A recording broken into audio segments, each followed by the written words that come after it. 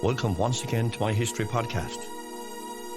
In this episode, I will travel back to the great builders who constructed the circular earthen and stone ring forts or fairy forts back in the late Iron Age and early Christian period. Through his people, its heritage and its rugged coastline, this is truly Danny Houlihan's Irish experience. The landscape of ancient Éireann is dotted with the mark of our ancestors.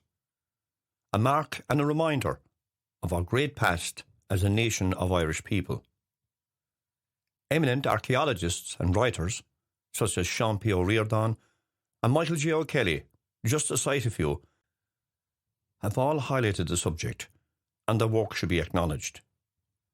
Even to this day, archaeologists are still peeling back the past to understand the true history of our ring forts and promontory forts. What the future holds, we don't know, but more excavation and research will add to the already gathered history. In Ireland, the ring fort or fairy fort is associated with many mythological and legendary events. Superstitions are still known to this day. Some people believe that forts are the gateway to the underworld and must not be entered day or night for fear of being taken by the little people or she. Another belief is that forts are the burial places for the underworld gods, a place that should not be touched by human hands or destroyed. This is why many are left alone and confined to the realm of myth and legend. One old story told by a schoolgirl in the Ballybunion area many years ago, that there was a young man in the Ballybunion area who heard of a story of a dragon in a fort. The young man decided to take on the beast and proceeded to a fort where Clancy's is today, the Promontory Fort or Crescent Fort. The beast was seen at the end of the fort, sleeping peacefully. The young man approached the sleeping animal carefully and gave him a poke of a sword in the rear. The dragon took one leap in the air and chased the young man, who was on horseback, across the landscape of Ballybunion to Rath, where the beast died of exhaustion. The young man escaped with his life, realising one should never poke an animal like that again. Local lore which has been added to for decades and decades. The headless coach of Lishin Rua. Lishin Rua is located near Bramore Cliffs, north of Ballybunion, adjacent to a public road. The late Matty Leahy of Bramore related to me that according to his ancestors, one late night, the headless coach stopped at the fort. Its door opened and then closed, and in the distance headed off in the clear sky to Cunnacanore. Matty related that locals believed when the coach door opened and closed, the spirits of the dead emerged from Lishin Rua into the coach on their way to the other world. This is just again another example of local lore surrounding ring forts in the area. I'll return again with more stories in another episode. Fort names in the area are many. Doon is attributed to a stronghold fort. Doon is also a townland in the Ballybunion area. The Promontory Fort and Uni Valette are named after this Doon or fort.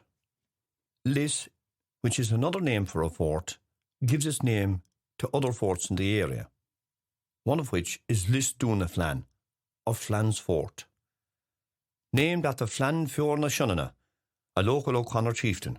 This fort is located at Bramore Cliffs. Just a slight mound exists. This is a Uni Valette fort. Beyond Bramore Cliffs entrance, there is another fort called Lishin Rua, the Red Fort. This is adjacent to the public road and is D-shaped in construction. Also within Bramore Cliffs, there is a large promontory fort, Fossa, and its interior, the renovated World War II soldier's hut. To the left, another promontory called Tón Alasa, meaning back of the Lis. In Rahavanig, there is another fort. Its name is Ra, meaning fort, and Monag, a monk, the fort of the monk. In Rahuna, there was another fort near the river called Ra, meaning fort, and Unach, a grave, the fort of the grave. Located just beyond the Church of St. John's, Church Road, Ballybunion, there is another fine example of a ring fort, and well preserved by the McMahon family on a local farm. A part of our past, a part of our heritage. In future, I will visit and pay a site visit to these sites at a later stage. Construction of the forts in the area.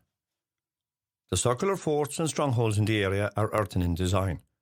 with material dug during their construction from the fossa. Sometimes, during my research, I have found stone fencing the banks, but over the years, due to land reclamation and drainage, many are now faced with only soil covered with bushes and old briars and trees. Within the interior of the fort, a wooden house type would have been located. Only the post holes from time to time have been found. Within the structures, other buildings for farming would have been located. These primitive dwellings gave protection to the occupants from the elements. The walls were often sod walls in places, sometimes wattled, daubed with mud. Nothing remains in the Ballybunion area to date. The forts in the area are, according to archaeologists, commonly univalent, attributed to the Iron Age, 800 BC, of North Kerry's history. It should be noted that ring forts can also be dated to the Bronze Age period as well. Ring forts in Ireland were used extensively up to the 17th century. Souterrains, or underground passages. Souterrains are artificially wrought underground passageways, constructed deep within the forts, and can be found in many forts within the Ballybunion and North Kerry geographical area. I have seen one good example in this area, and the souterrain is under the Castle Green in Ballybunion. This has been described as early Christian in date, dry stone, no mortar was used for its construction. If you want to see this unique piece of heritage, look at my YouTube video entitled Secrets of the Castle on my YouTube site. Another fine example is at Doon, within the confines of a crescent fort. These souterrains were used way back in antiquity for places for refuge if the settlement was attacked, and for storage for goods belonging to the settlement. Site visits to ring forts. Over the last 35 years during my extensive research, I have visited many ring forts and promontory forts in the Kerry area, including Kerry Head, Ballybunion, Doon Point, Vermore Cliffs, Lick Promontory and Beal, just to mention a few. What fascinates me is the workmanship that was undertaken to choose the site, plan its size and construction, coupled with the natural areas where the ring fort was to be located. All aspects were thought of during the planning process. Strategically chosen for a good vantage point, also for safety of the settlement, coupled with a water source, either a nearby stream or spring well. Locally sourced raw material was used in the construction of the ring fort. The excavated material was dug during the construction, was employed for the circular enclosing ditch from the fossa. Included in this was stone, which in some cases was used to fence the fort. In some cases, a souterrain or underground passageway was constructed, which when used was an additional room space for the settlement.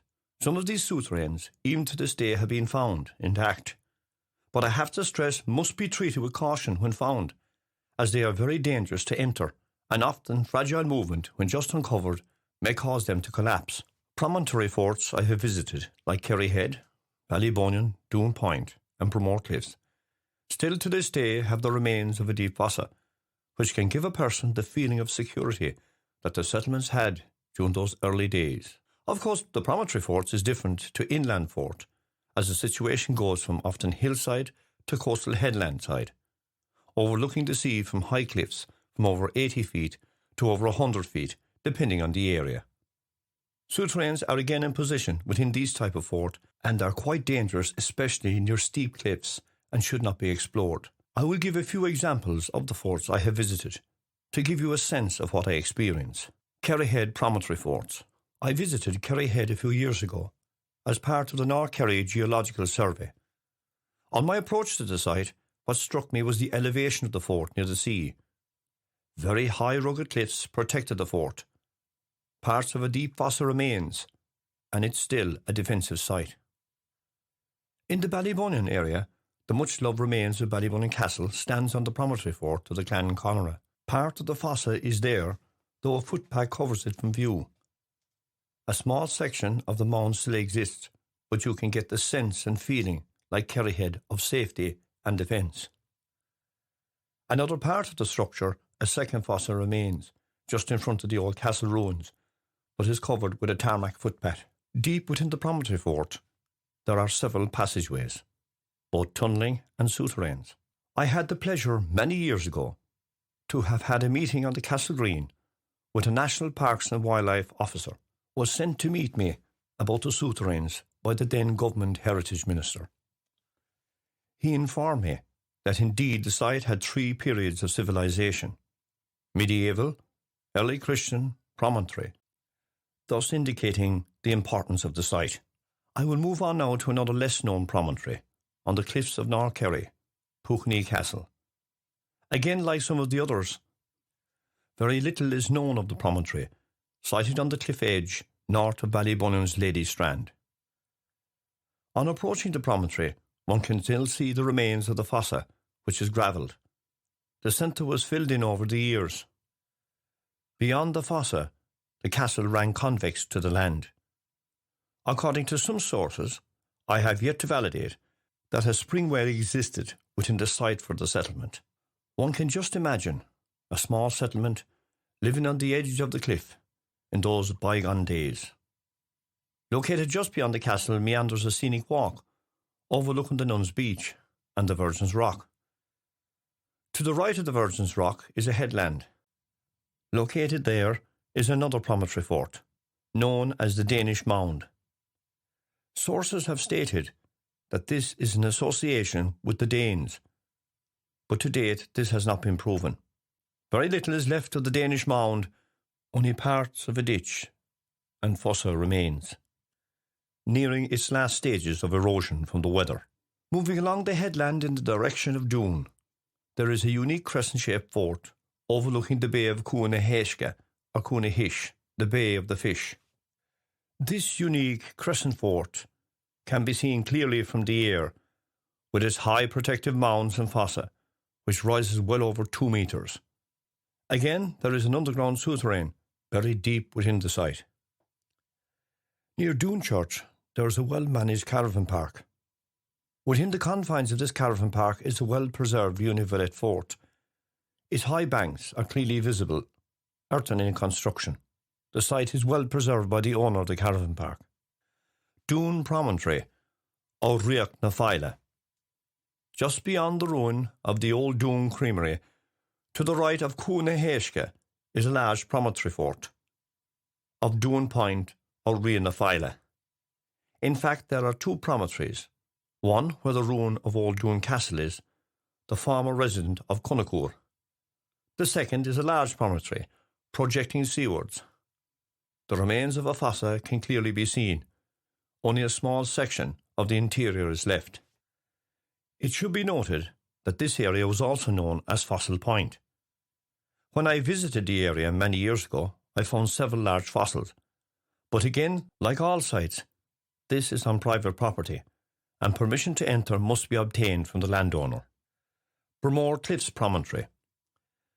At Bramore Cliffs, where there is a top-class walk provided by the owner, who has developed one of Ireland's most famous cliff attractions, visited each year by thousands of visitors. I will return to Bramore Cliffs in the future for an extensive walk and talk. The landscape of our country is dotted by the homes of our ancestors, the ways and customs they practiced. It is only fitting and true to our culture that as many of our forts we have left should be preserved for future posterity to enjoy and study. Due to the course of modernisation of our country, many of our forts and monuments continue to be lost. By all means move on, but not at the expense of our past. Without understanding our past, we cannot bring our valuable heritage to future generations. Teaching our younger generations our great history enhances our culture and respect for our built heritage. I have included just a few visits in this podcast, and I will return to the forts and promontory forts in the future. The rugged coastline and its stunning views, all interwoven into Danny Houlihan's Irish experience.